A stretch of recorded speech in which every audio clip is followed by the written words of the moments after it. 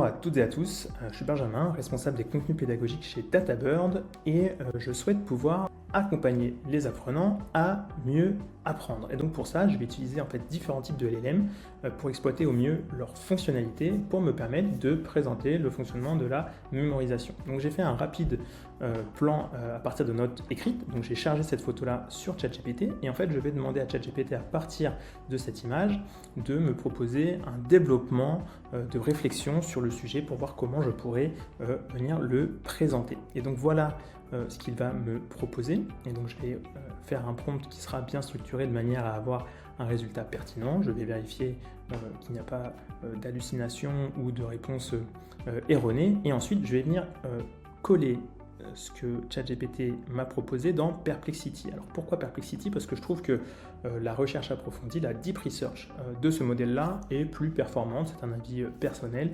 notamment sur le partage des sources. Et donc en fait ce que ça me permet de faire ici, donc à partir de cette réflexion développée par ChatGPT, Perplexity va me proposer des contenus, notamment des sources. Ça va me permettre d'aller voir ces sources, d'évaluer lesquelles sont les plus pertinentes pour moi.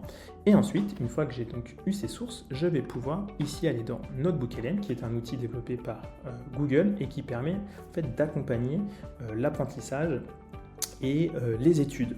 Et donc ici, je vais pouvoir dans les sources choisir lesquelles je souhaite lui partager. Donc ça peut être des sites, des documents, des vidéos YouTube.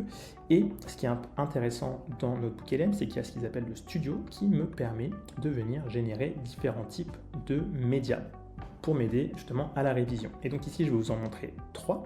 Donc un premier, par exemple, c'est la mind map, donc une carte mentale qui me permet en fait de venir représenter de manière graphique un petit peu l'arborescence des contenus sur lesquels je vais étudier. Donc ici, par exemple, voir comment la mémoire s'articule et donc ça me permet d'avoir un petit peu un plan d'étude, une vision un peu plus globale de ce que je vais pouvoir venir apprendre dans le cadre de ma formation.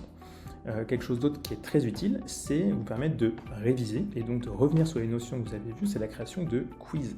Donc vous voyez ici, ça vous génère des quiz et vous avez un retour immédiat, savoir si vous avez bien répondu ou non et un petit commentaire. Donc ça vous permet de pouvoir comme ça réviser.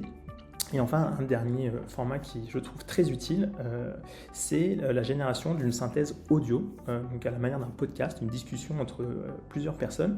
Et donc ça permet, voilà, si vous n'avez pas le temps de lire un long document, de pouvoir venir générer ce contenu audio et dans les transports, en allant ou en revenant du travail, pourquoi pas écouter ce contenu pour vous permettre de le faire de manière plus flexible.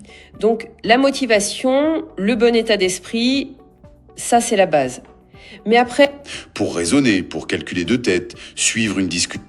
Voilà, donc comment venir un petit peu cumuler les fonctionnalités de ces outils-là. Et je vous invite de toute façon à essayer de les tester pour voir ce qui fonctionne le mieux en fonction de votre besoin et réussir à obtenir des contenus qui vous permettent de mieux apprendre, ou en tout cas d'avoir des choses pertinentes pour vos besoins personnels.